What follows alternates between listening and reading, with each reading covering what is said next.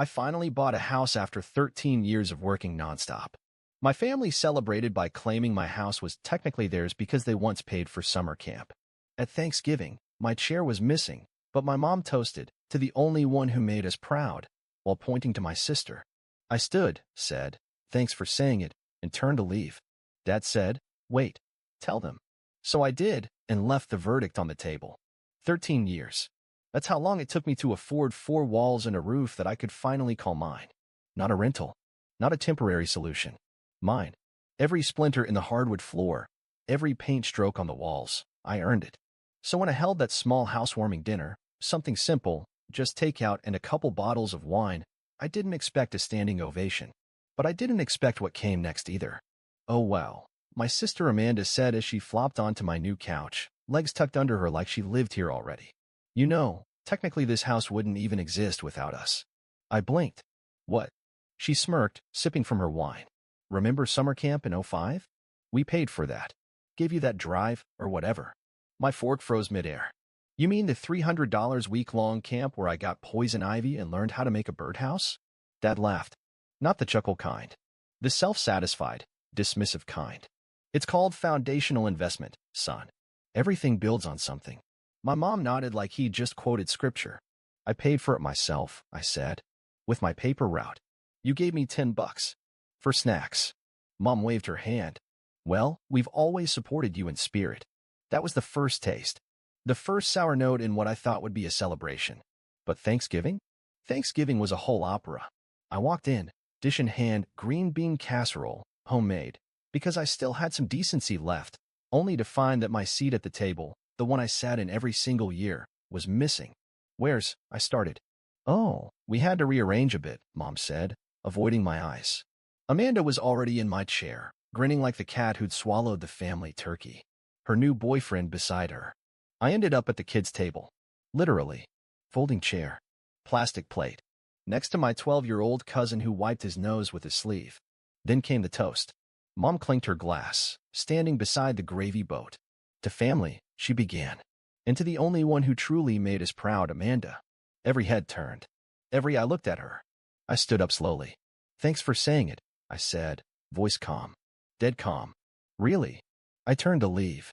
My napkin still on the plate. My casserole untouched. "Wait," Dad said. His voice was tight. "Tell them." I paused, hand on the back of my chair. "You sure?" He nodded once.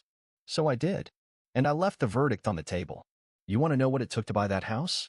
13 years of missed birthdays, skipped vacations, and enough instant noodles to feed a small army.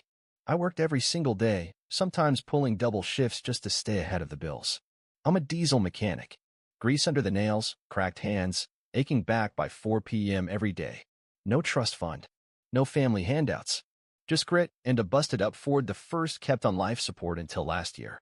Meanwhile, Amanda floated through life like a balloon with no string. She dropped out of college after 2 semesters, said it was too corporate. Tried selling handmade soaps for a bit. Then it was yoga certifications. Then a relationship blog that went nowhere. Every time she failed, guess who got the call? "Could you spot me rent this month, big bro?" Just until I get my feet under me. I spotted her rent. Spotted her car insurance. Spotted her emergency dental bill when she chipped a tooth eating popcorn at a movie theater. My parents, my dear, loving parents, never once asked if I could afford it. It was just expected. "You're doing so well," Mom would say with that syrupy tone, and Amanda's still finding herself. Funny how Amanda's always been finding herself, while I was expected to hold everyone else together. And it wasn't just her. My dad would call too. "Son, your mother and I are a bit strapped this month. Could you help with the mortgage?" "Just a little." "Didn't you just refinance?" I asked once. Well, Amanda needed to borrow some money, and things got tight. "She's your sister." I didn't say what I wanted to. I didn't say, "She's your daughter too." By year 11 of working nonstop, I had almost saved enough for a down payment. I was living in a crumbling one-bedroom with a radiator that howled like a banshee all winter. But I had a spreadsheet taped to my fridge with every cent accounted for. I even cut off streaming services and sold my guitar to get there faster. Then Amanda showed up at my door, sobbing. Her boyfriend had kicked her out. She was between phases, whatever that meant. "I just need a few months, please. I'll sleep on the couch. I'll help with groceries." I let her in.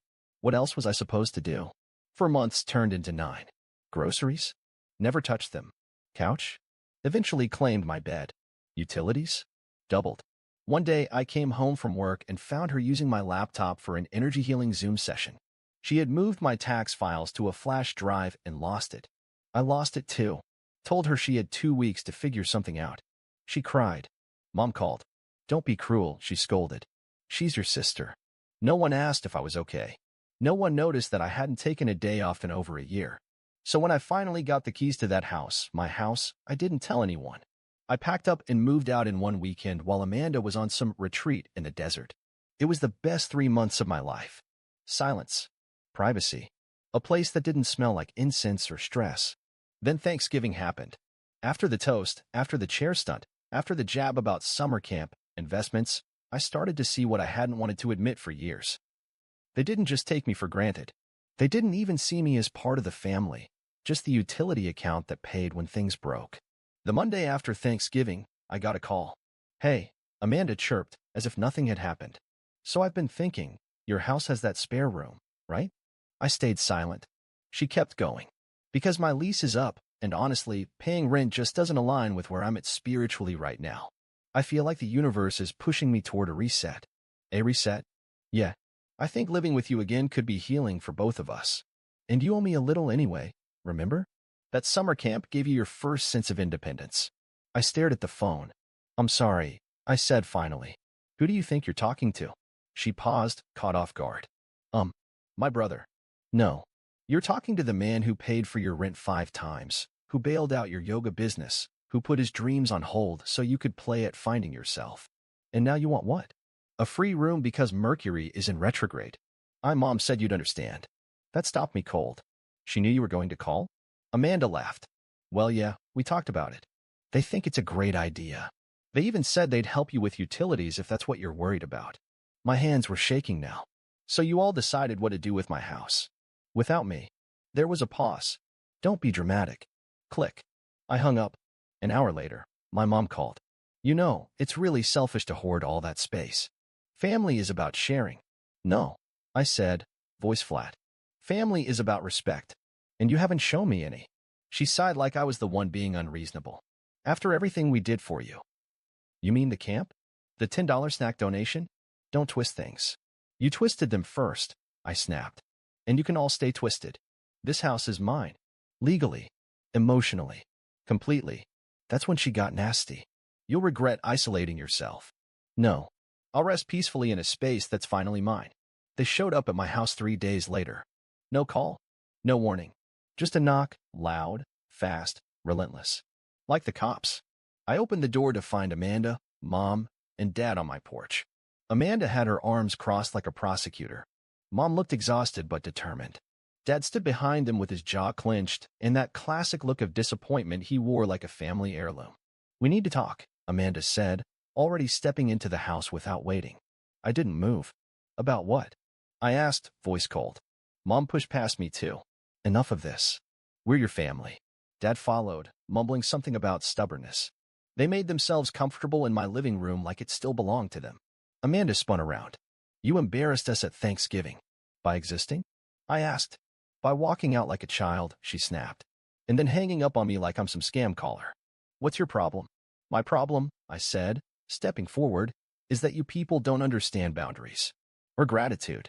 Oh please, Amanda rolled her eyes. You're acting like some martyr because you finally bought a house after over a decade of playing mechanic. Mom gasped. Amanda. No, let her talk, I said, locking eyes with Amanda. Let's hear what she really thinks. She smirked. I think you've let a little drywall and a mortgage go to your head. You've got a decent job, a small house, and suddenly you're Elon Musk. I didn't blink. You know what the difference is between us? I worked. I sacrificed. You bounced between plans that never stuck. Amanda opened her mouth, but I cut her off. And now you want this, my house, my space, because you burned through every chance you were given. And you think it's owed to you. It is, she screamed, shocking even herself. We helped you. We gave you that first camp experience, that emotional support growing up. You wouldn't be who you are if it weren't for us. I laughed. A bitter, hollow sound. Emotional support? I asked. Like when you crashed my car and blamed me. When Mom guilt me into skipping my college internship to help Dad repaint the garage. Dad finally spoke. Don't twist the past. Oh, you mean the past where I worked 2 jobs at 19 while Amanda recalibrated her energy in Arizona on my dime? That past? You always throw money in our faces, Mom said tightly. Because you keep pretending it never happened. I yelled. You treat me like the helper, never the human. Amanda stood. We're not here to fight. We're here to find a solution. You're being selfish. That was it. I walked to my bedroom, opened my desk drawer, and pulled out a file. Brought it back and dropped it onto the coffee table with a hard thud. What's this? Dad asked, narrowing his eyes. Receipts, I said. Receipts for what? For every bill I've paid for this family since I was 23. Amanda's rent, your mortgage, that emergency plumbing repair that turned out to be a new hot tub. Amanda scoffed. You kept track. Oh, like you keep track of your so-called astrology clients? I said. Yeah, I kept track. Because I knew this day would come. I flipped through the folder. $8,000 for Amanda's credit cards. $1,400 for her car repairs. $7,500 for your property taxes, Mom. Want me to go on? Mom was trembling now. You're being cruel. No, I said calmly. I'm being clear. Amanda's face twisted. You're acting like you're some kind of saint. Saints sacrifice themselves. I've given enough, and I'm done. You'll regret this, she hissed. One day, you'll want family around, and we won't be there. I smiled. Promise. That was when Dad stood. You're going to cut us out? After everything? I'm not cutting you out, I said. I'm choosing myself. Dad's voice dropped, cold and sharp. You've changed. Yes, I said, standing tall. I finally learned how to say no. Amanda turned, furious. So that's it? You're just going to let us struggle while you sit here in your little house with your precious silence? Yup. You think that makes you strong? No, I said. It makes me free. They stood there for a moment. 3 people who'd always seen me as a utility bill with legs, realizing they had no leverage left. Then I walked to the front door. Held it open. Out. Mom opened her mouth again, but I shook my head. No more guilt. No more manipulation. You came here to shame me. Instead, you exposed yourselves. Amanda stormed out first. You'll come crawling back, she snapped. I'd rather live in silence than let you back in. Mom paused, looking genuinely heartbroken. This isn't you, sweetheart. It's always been me, I said. You only seemed happy when I didn't have strength to say no. Dad was last. He gave me a look like I'd just thrown away the entire family. I gave him one right back. Then I closed the door. And locked it. The silence after the storm was unreal. For the first time in my life, I didn't feel that buzzing anxiety under my skin. No checking my phone every 10 minutes for a guilt-laced message. No waiting for the next family emergency. Just silence. Peace. And the faint hum of my fridge. I walked through the house slowly, as if it were sacred ground. My home. Still intact. Still mine.